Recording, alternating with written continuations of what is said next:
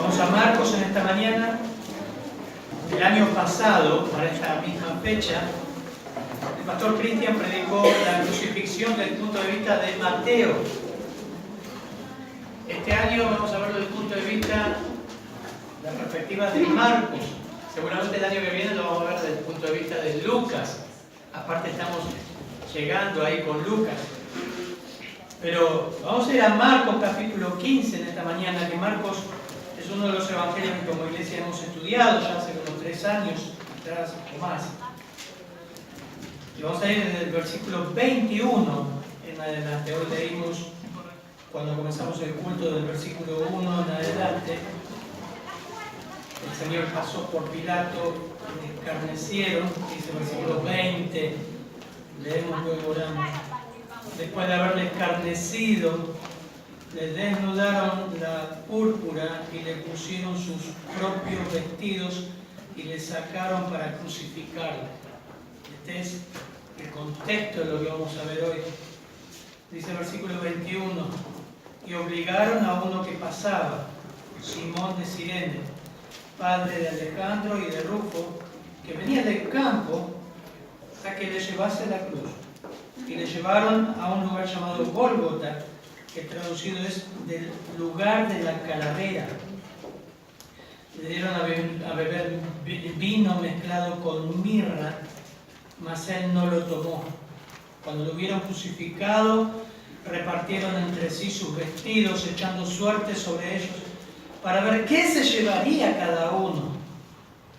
Era la hora tercera cuando le crucificaron, y el título escrito de su causa era el Rey de los Judíos. Crucificaron también con él a 2 ladrones, uno a su derecha y el otro a su izquierda. Y se cumplió la escritura que dice, y fue contado con los inicuos. Y los que pasaban le injuriaban, meneando la cabeza y diciendo, va, tú que derribas el templo de Dios y en 3 días lo reedificas, sálvate a ti mismo y desciende de la cruz. De esta manera también los principales sacerdotes, escarneciendo, se decían unos a otros con los escribas, a otros salvó, a sí mismo no se puede salvar. El Cristo, Rey de Israel, desciende ahora de la cruz para que veamos y creamos. También los que estaban crucificados con él le injuriaban. Cuando vino la hora sexta, hubo tinieblas sobre toda la tierra, hasta la hora novena.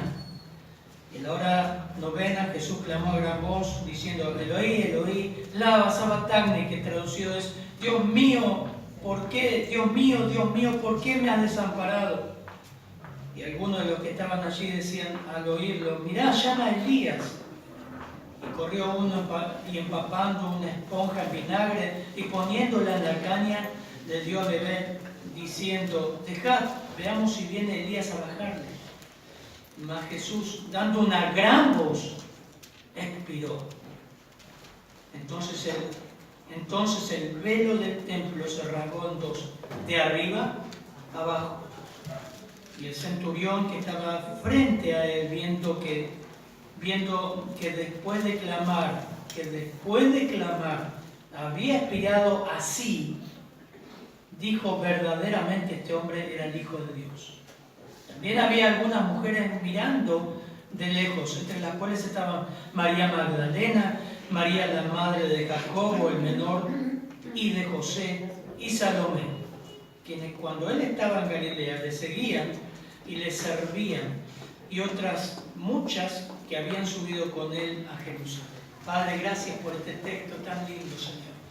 Qué buena oportunidad es para adorarte, Señor, y también para seguir compartiendo el Evangelio con aquellos que no creen todavía. Oramos, Señor, qué texto tan lindo donde se muestra tu amor, Señor, en la cruz.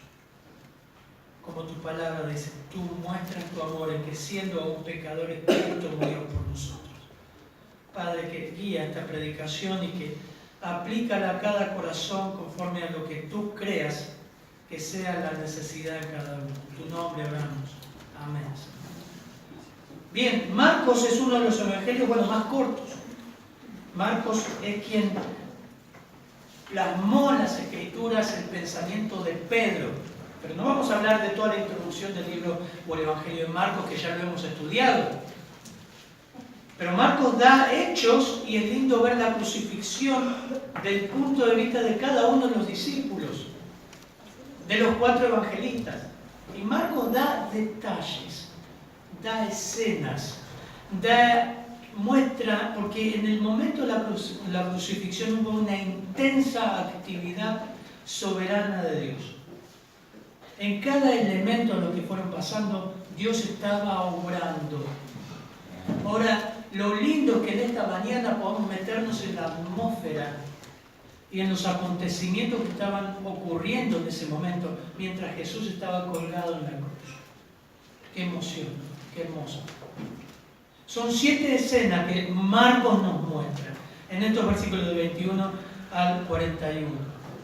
7 escenas o 7 acontecimientos o 7 circunstancias, 7 elementos que aparecen ahí en la cruz. Lo primero vamos a ver en el versículo 21 y 22.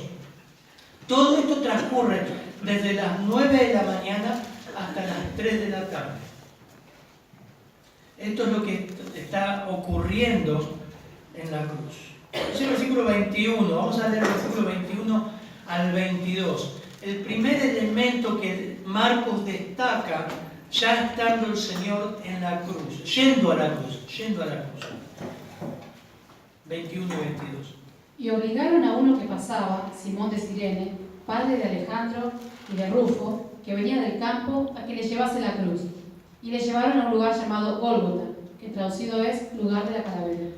Obligaron a uno que pasaba, Simón de Cirene, padre de Alejandro y de Rufo, relata el evangelista Marcos. Nos estamos ubicando, vieron que leímos recién el versículo 20 del capítulo 15. El Señor venía ya de un intenso sufrimiento. Y a pesar de eso, el Señor había cargado uno de los maderos por un largo trayecto del camino. Pero aquí aparece un personaje en el versículo 21.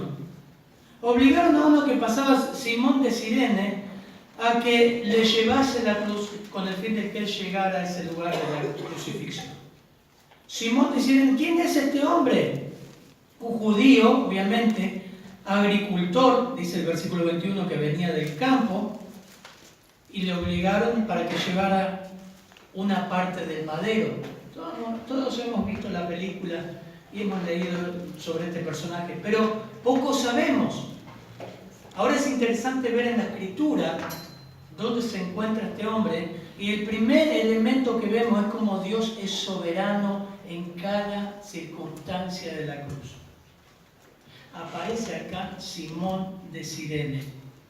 El autor dice, padre de Alejandro y de Rufo.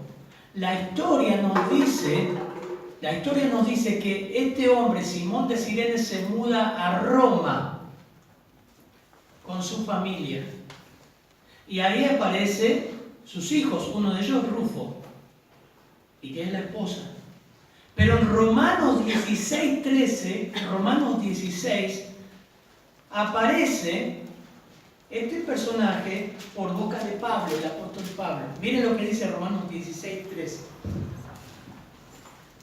Saludad a Rufo, escogido en el Señor, y a su madre y mía. La escena es terrible. Hemos visto la película y acá el Señor va sangrado sus espaldas, injuriado, burlado, con la corona de espinas. Va en un estado, una atmósfera de burla, de sufrimiento, todo sangrentado. Aparece Simón de Cirene cargando, ayudando. Le obligan a llevar la cruz o parte del madero. Pablo lo nombra ahora en Romanos 16:13. En su despedida de los romanos se saluden a Rufo. ¿Perdón? Y acá en Marcos dice, obligaron a uno que se llamaba Simón de Cirene Y Marcos, que escribe a los romanos, a diferencia de Mateo que escribe a judíos, le nombra a su auditorio y le dice, miren, ¿saben quién pasaba? Justo. ¿Por qué casualidad? ¿Quién pasaba en ese momento tan histórico, tan sublime, donde el Señor va yendo a la cruz? Simón de Cirene. ¿Quién es este Simón de Cirene? El padre de Alejandro y Rufo. Y Pablo lo nombra, dice, saludan a Rufo, acogido en el Señor a su madre y mía. ¿Quién era la madre? La esposa de Simón de Cirene. La historia de la iglesia dice que esta familia ayudó muchísimo al apóstol Pablo y a la iglesia primitiva. La madre de Rufo, nombrada por Pablo como una madre para él, y había atendido al apóstol de una manera maternal. Y otro elemento en Romanos 16:13. Saluden a Rufo, coma. ¿Y qué dice, hermana? Escogido del Señor. Escogido en el Señor. ¿Quién? Rufo, el hijo de Simón de Cirene. Salvo. ¿Quién lo eligió? El Señor. Ahora, miren, ahí apareció Simón de Cirene, venía del campo, justo. Le obligan a hacer el show. Nada casualidad, hermanos. Dios tuvo un propósito ahí. Y en ese momento aparece un Simón de Cirene, que luego se mudaría a Roma, formaría una familia, y esa familia sería parte de la amortiguación, del cariño, del ánimo de la iglesia primitiva, y por sobre todo del apóstol Pablo. Simón de Cirene. Marcos lo cita acá. Qué lindos elementos que vemos a través de los evangelios, ¿no? Uno dice, ¿quién era ese? Acá está, acá aparece. Romanos 16:13 dice que hasta sus hijos alcanzaron salvación. ¡Qué privilegio! Imagina la iglesia primitiva. Yo ayudé al Señor. Yo llevé parte de su cruz. Yo fui testigo en esa historia de los acontecimientos que rodearon la crucifixión. ¡Wow! Qué hermosa reunión casera, ¿no? Tener a este hombre ahí. El primer acontecimiento que vemos es cómo Dios sigue salvando gente en medio de ese momento. En este caso, Simón de Cirene y su familia. Segundo acontecimiento, dice, versículo 22 al 23, son 7, pero son tesoros que hay ahí en la cruz. Segundo acontecimiento, versículo 22 y 23, por favor. Y le llevaron a un lugar llamado Gólgota, que traducido es lugar de la calavera. Y le dieron a beber vino mezclado con mirra, mas él no lo tomó. Le dieron a beber, le llevaron a un monte llamado Gólgota. No se sabe, el lugar no está bien definido dónde es, pero sí se sabe que era un lugar muy expuesto, en un cruce de rutas, en un cruce, por decir así, de autopistas, donde todos los que pasaban veían. Eso hacían los romanos. Las crucifixiones eran expuestas para que todos aprendan. Hay detalles muy importantes que Marcos pone ahí. Ahí estaba el Señor. Lo interesante es que literalmente le dieron droga. Quisieron drogarlo al Señor. Le dieron lo que se le llama un estupefaciente. Ese vino mezclado con mirra lo adormecía y lo atontaba. ¿Para qué? Para que no se escape de la cruz. Se dice que el que moría en una cruz moría 1000 veces. La terrible agonía de lo que era el sufrimiento de la crucifixión. Y esa droga ayudaba a que la persona no quiera zafarse de los clavos, no quiera caer de ahí. Se quedaba medio atontado. Era morboso, era un espectáculo espantoso. Para que los reos, los presos, los sentenciados a muerte, agonicen por bastante tiempo sin tratar de desprenderse de la cruz. Entonces quedaban medio drogados. Pero dice que el Señor no lo tomó. Qué pequeño y gran detalle. Lo rechazó.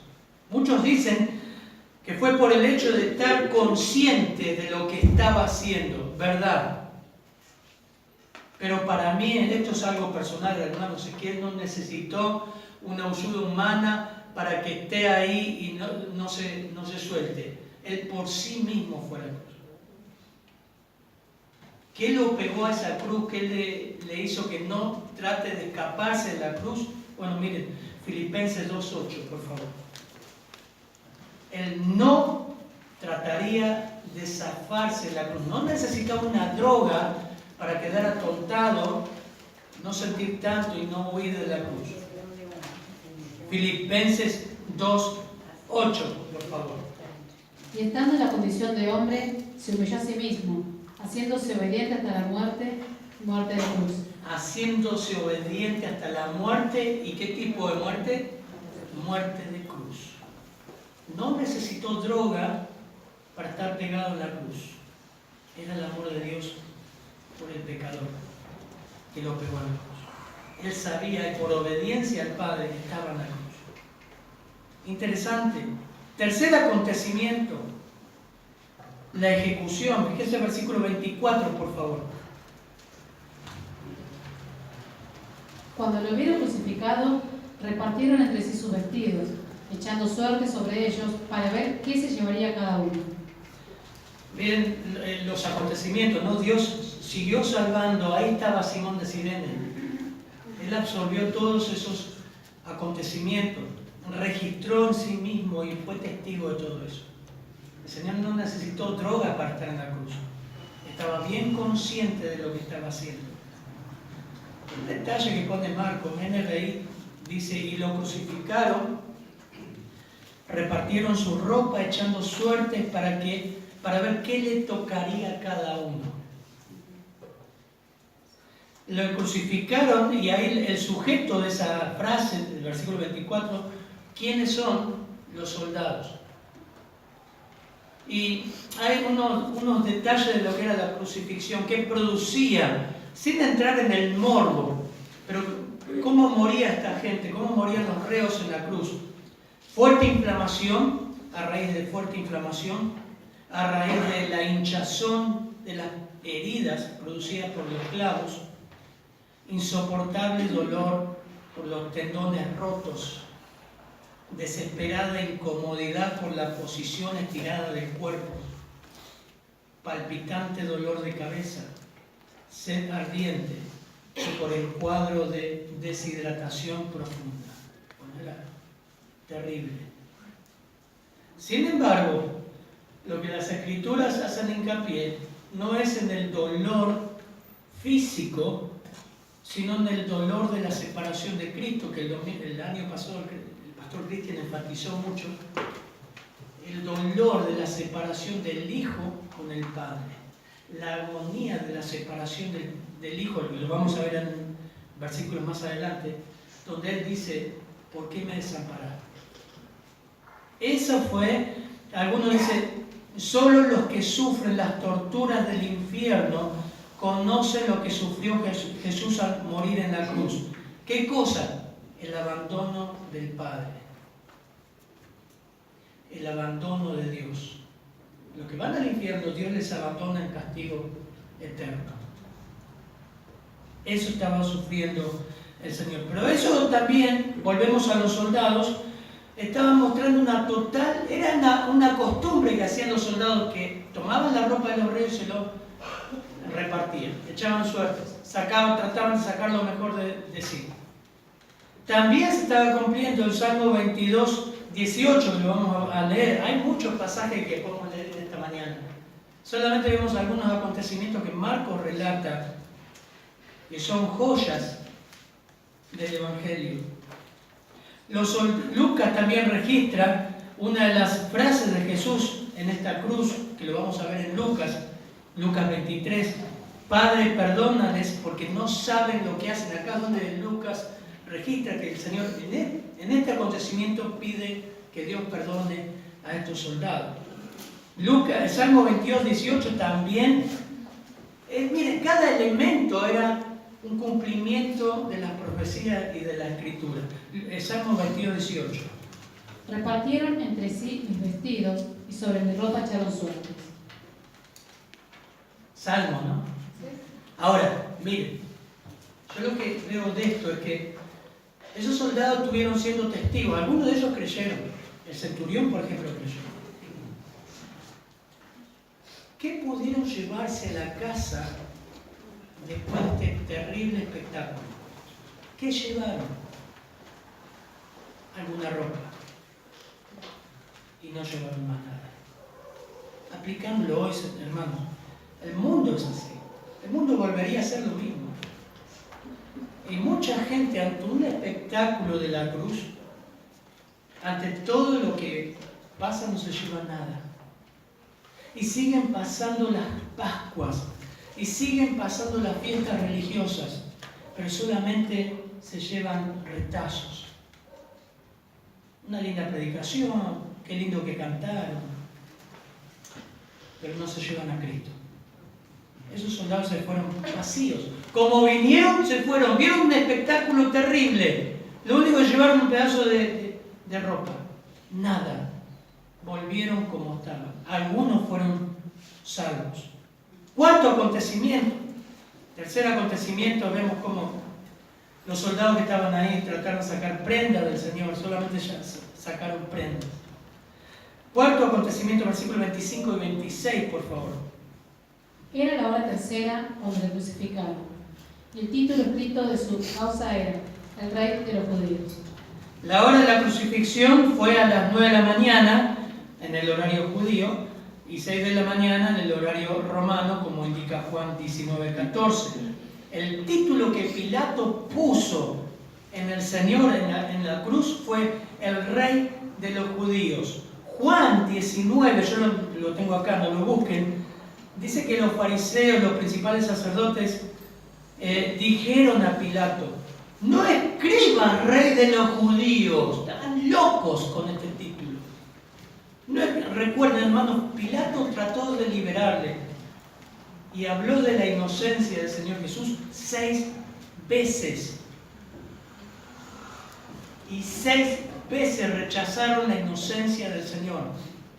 El pueblo que una semana antes, como lo estamos viendo en Lucas, gritaban: Hosana, Hosana, bendito el que viene en el nombre del Señor, aleluya, y tendían mantos y palmas. ¿Se acuerdan? Esa gente rechazó la inocencia que Pilato predicó y promulgó. Entonces Pilato, en venganza, dijo: sí, yo le voy a poner el Rey de los Judíos. Y estaban locos en Juan 19. Dijeron a Pilato los principales sacerdotes de los judíos: no escribas Rey de los Judíos, Juan 19:21, sino que él dijo: soy Rey de los Judíos. Respondió Pilato, dice: lo que he escrito está. Ya está.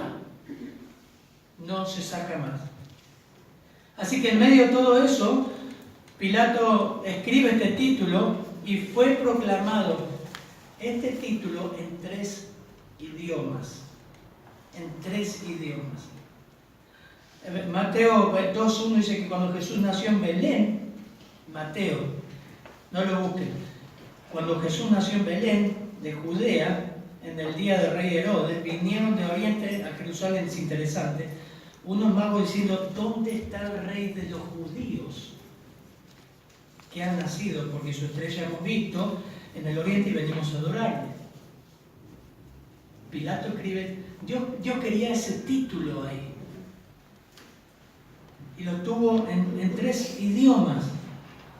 Mateo 2:11 dice: y al entrar a la casa vieron al niño con su madre, María, y postrándose lo adoraron, y abriendo sus tesoros le ofrecieron presente: oro, incienso y mirra. Que tenían 3 significados. Y entre ellas era rey. Qué impresionante, ¿no? Miren, en Filipenses, ahora se ve en Filipenses 2, 9 al 11. 9 al 11. El apóstol Pablo proclama al Señor, por sobre el nombre del Señor por sobre todas las cosas. Filipenses 2, 9 al 11. Por lo cual, Dios también le exaltó hasta lo sumo y le dio un nombre que es sobre todo nombre, para que en el nombre de Jesús se doble toda rodilla de los que están en los cielos y en la tierra y debajo de la tierra, y toda lengua confiese que Jesucristo es el Señor, para gloria de Dios Padre. En los cielos, ¿me siguen? ¿Dónde más se va a proclamar?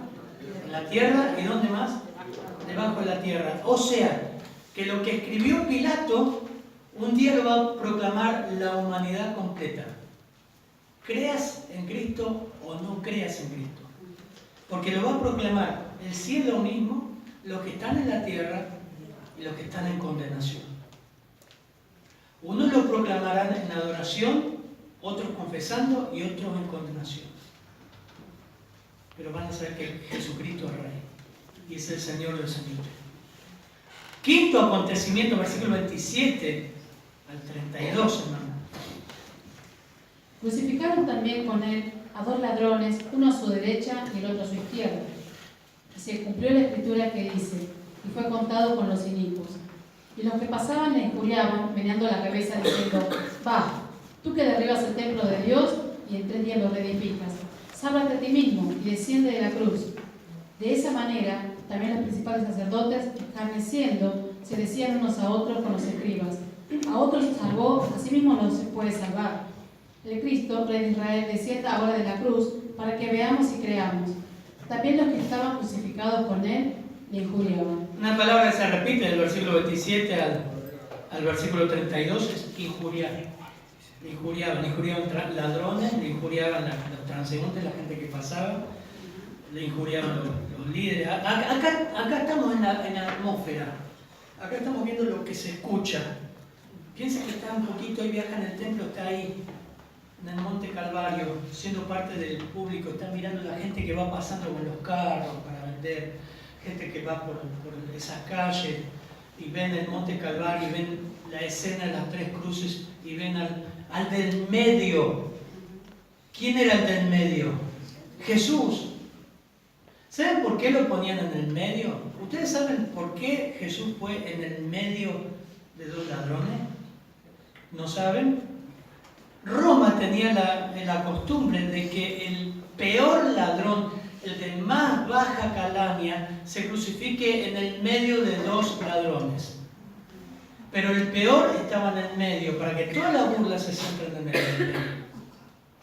Terrible, ¿no?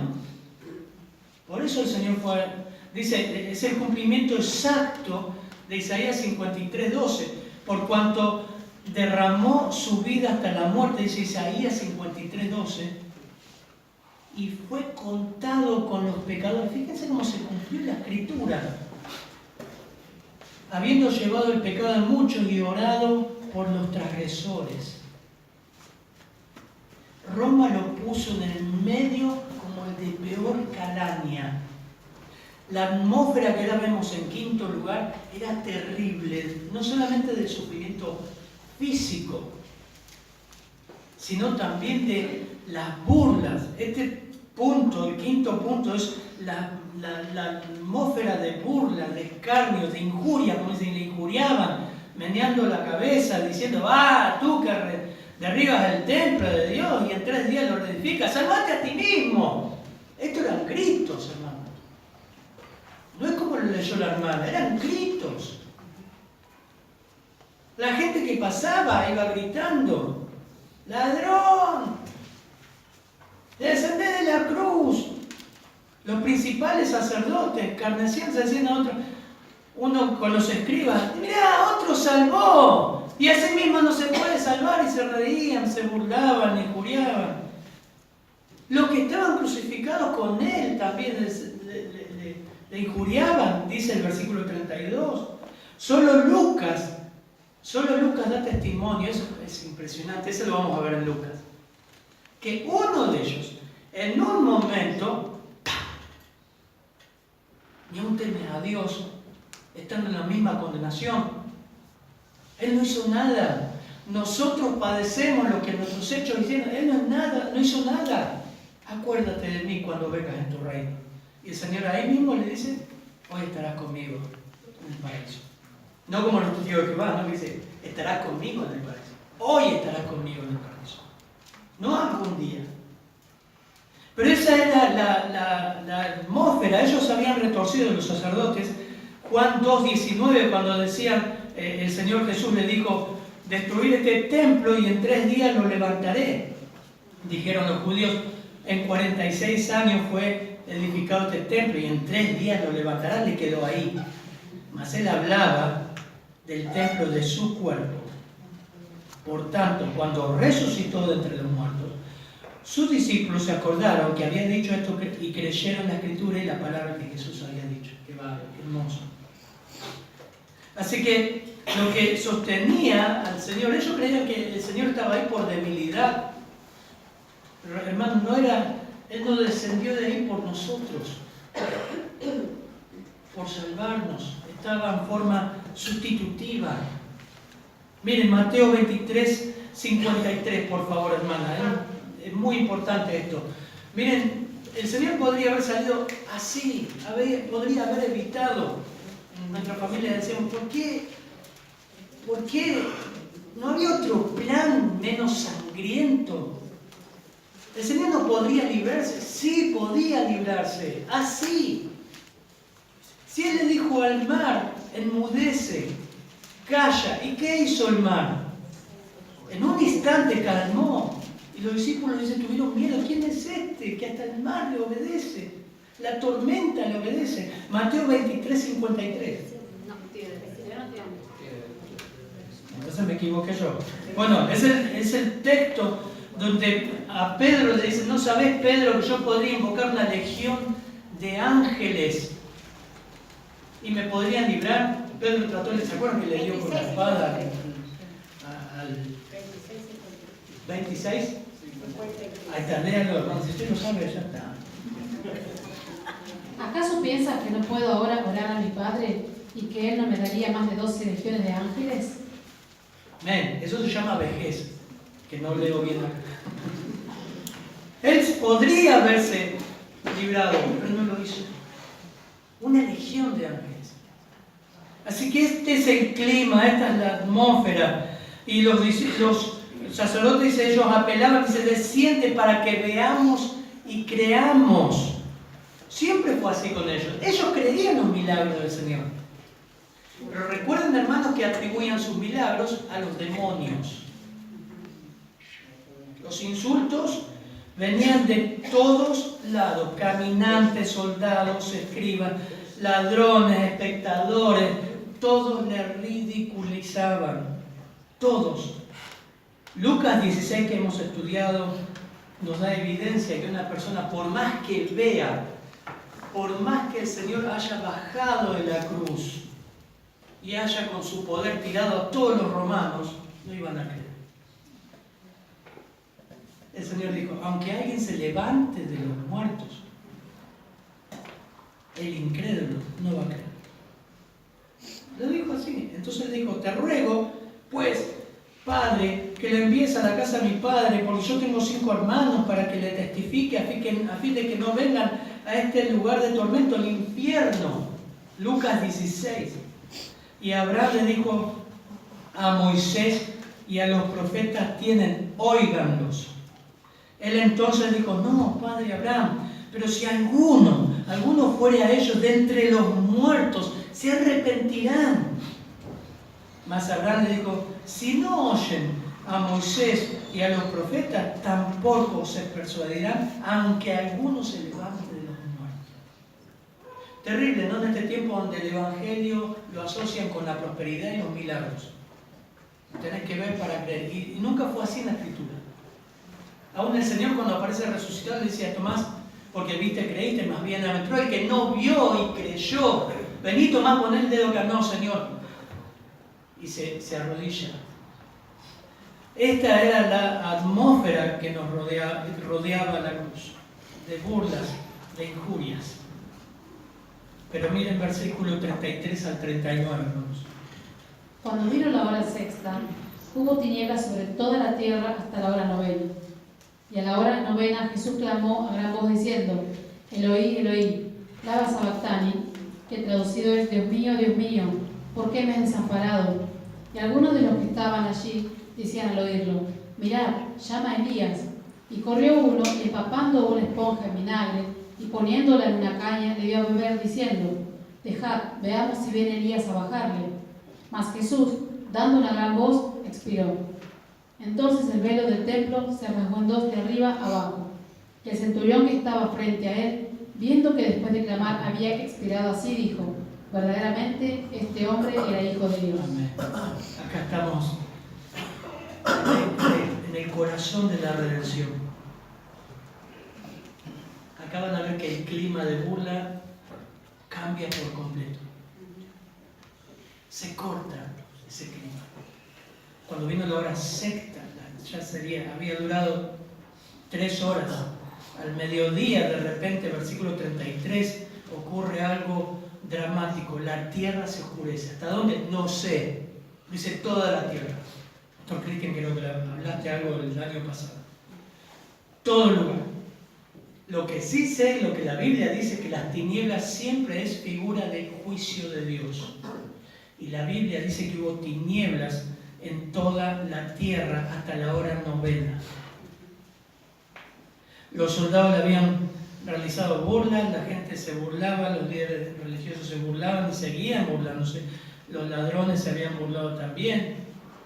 Pero versículo 34 dice: a la hora 9 clamó Jesús a gran voz diciendo: Eloí, Eloí, lama sabactani, que traducido es: Dios mío, ¿por qué me has desamparado en medio de esas tinieblas? Los evangelios no dicen nada qué sucedió entre las 12 y las 3 de la tarde, pero sí dice que hubo densas tinieblas. Lo más oscuro de la redención estaba ocurriendo. Estaba siendo pecado por nosotros. 2 Corintios 5, 21, hermano.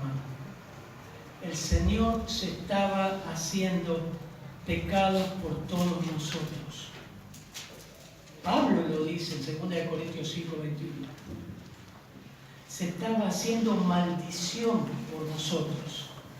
2 Corintios 5, 21. Al que no conoció pecado, por nosotros lo hizo pecado, para que nosotros fuésemos hechos justicia de Dios en él. Había algo legal que estaba ocurriendo en la cruz. Se hizo pecado por nosotros para que se hiciese justicia. Alguien debía morir por el pecado. Por eso no había plan B. No había plan B. La paga del pecado es muerte. No hay plan B. No hay remisión sin derramamiento de sangre. Estaba haciendo maldición, Gálatas 3:13, maldito el que es colgado en un madero. ¿Quién? Cristo. El Padre estaba matando a su Hijo. No solamente matando, sino abandonándolo en la cruz. Y nuestros pecados, Él estaba siendo herido y molido por nuestros pecados. Y Jehová estaba cargando en Él el pecado de todos nosotros. Amén. Isaías 53. Y en el versículo 35, fíjense ahí, todavía seguían burlándose. Mirá, llama a Elías. Uno corrió, le mojó, quiso darle vinagre poniéndolo en una caña. Juan lo registra como que Jesús dice: ahí tengo sed, y le dan el vino más barato. Versículo 37, por favor. Mas Jesús, dando una gran voz, expiró. Juan, en este mismo momento, Juan 19:30 dice la última frase de las 7 que hay en la cruz: consumado es.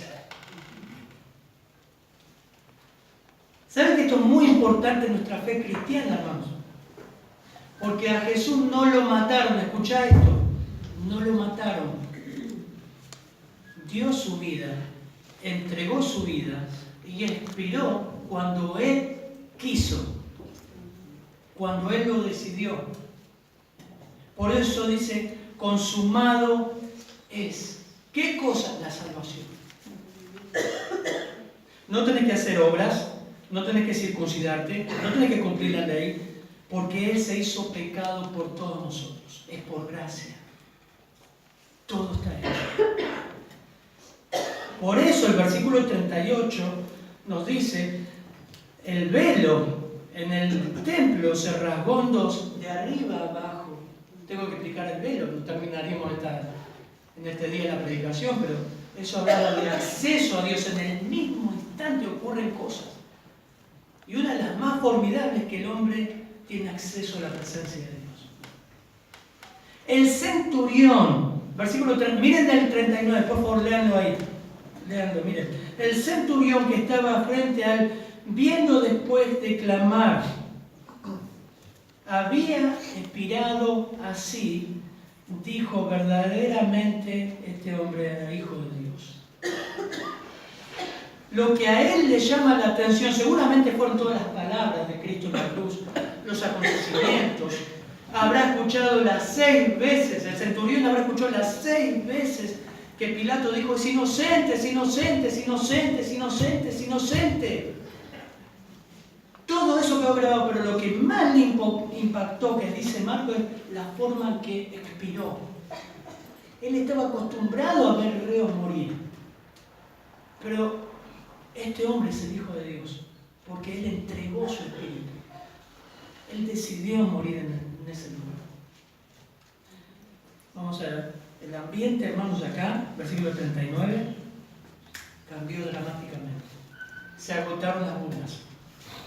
Ocurren muchos hechos ahí, pero Marcos nos lleva a que hay, en versículo 40 y 41, hay testigos ahí. Nuestra fe descansa en esos testigos. ¿Y saben quiénes son? Mujeres. Mujeres que van a ser las primeras que ven un domingo a la mañana al Señor resucitado. Versículos 40 y 41. También había algunas mujeres mirando de lejos, entre las cuales estaban María Magdalena, María la madre de Jacobo el menor y de José, y Salomé, quienes cuando él estaba en Galilea le seguían y le servían, y otras muchas que habían subido con él a Jerusalén. Marcos, como Mateo y Juan, citan solo un grupo de 3 mujeres, pero como nos dice aquí, había más mujeres. María, un poquito unos datos. María Magdalena era de Magdala y el Señor le había librado una grave posesión demoníaca, eso está en Lucas 8:2, que lo hemos visto. Ella es la que después de la resurrección estaba fuera del sepulcro llorando. Cuando Jesús se le aparece a ella, lo confunde con un jardinero. No es la mujer pecadora de Lucas 7. María, la madre de Jacobo, el menor de José, María, madre de Jacobo, hijo de Alfeo, también llamado uno de los 12, fue una de las mujeres que salió muy temprano el domingo para ungir el cuerpo del Señor, Mateo 28:1. Y Salomé, la madre de los hijos de Zebedeo, madre de Jacobo y Juan, hijo del trueno. De estas mujeres que observaban desde lejos todos los acontecimientos, vemos que aparte de Juan, que siguió al Señor hasta el pie de la cruz, ninguno de los 12 estuvieron ahí, pero sí este grupo de mujeres. Quienes cuando estaban en Galilea, de ese versículo 41, le seguían y le servían, y otras muchas que habían subido con él a Jerusalén, llenas de un corazón de amor, de compasión y de compromiso con el Señor. Fueron testigos de la base de la fe cristiana, la resurrección de Cristo. Buda no resucitó. Ninguno de los líderes religiosos resucitó. Cristo sí. Ahora, ¿cuál de las escenas te impactó más? El domingo que viene vamos a repasar. ¿Qué es lo que te llevas esta mañana, en este día de la Pascua? Un huevito de Pascua, una rosca de Pascua, de la predicación de Cristo. ¿Qué te llevas? ¿Un recuerdo, una buena predicación o la necesidad de salvación? Y en el creyente la necesidad de adorarlo. Hoy vamos a terminar adorando al Señor a través de los signos. ¿Amén? Padre, gracias por tu palabra. Qué hermoso es recordar el gran precio que pagaste. Porque de tal manera nos amaste que diste a tu único Hijo, Señor, para que todo aquel que en él cree no se pierda, mas tenga vida eterna. Gracias por esta realidad del Evangelio, porque un día alguien nos habló de Cristo, Señor. Y los que están escuchando todavía, Señor, solamente escuchan, que no han confiado en ti, rogamos que tu Espíritu les toque, que realmente estén con Cristo en su corazón, Señor. Sean salvos, se arrepientan, reconozcan que tú eres el Rey de Reyes y Señor de Señores, que vives, Señor, y un día volverás a buscarnos. Gracias por tu palabra, Señor, en tu nombre. Amén.